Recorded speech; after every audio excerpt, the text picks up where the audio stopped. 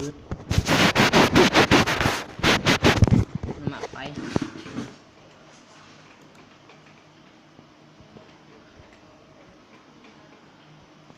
Quay nó có màu chứ.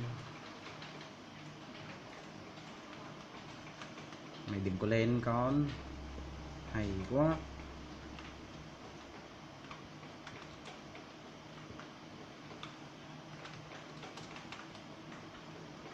Đây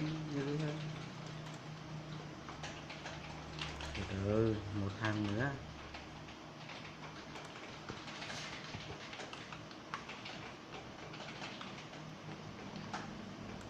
Và xà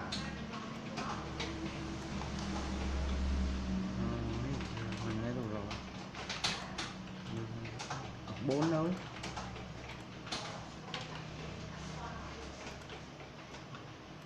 khi anh bắt đầu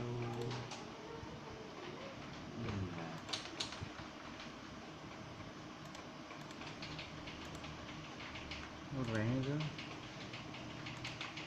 Mua.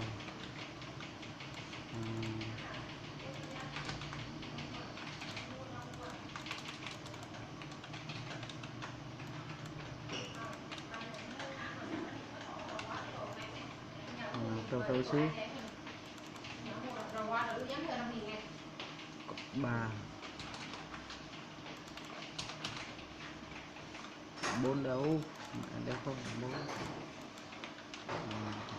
Hơi bỏ chứ.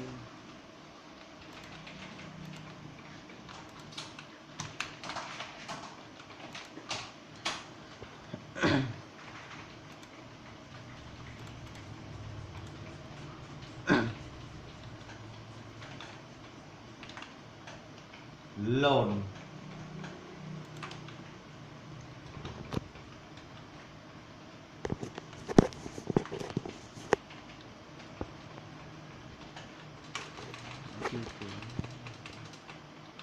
Hay quá. dư Rồi được 5 thằng rớt rồi. Cái này mà không lên nữa thôi tao quỳ luôn á. Thật á. 5 thằng rớt rồi, tao để 5 thằng rớt rồi.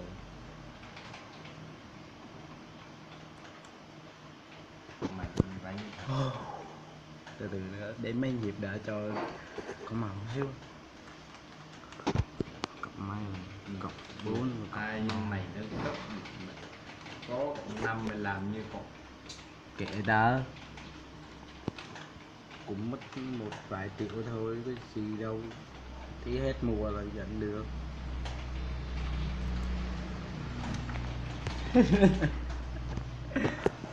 Tôi xem thằng này đá bóng, cái thằng nghiện này đó, đừng có bật lung lung lồn đó, hay quá, thấy chưa, 13 triệu 7 Marcelo có điểm.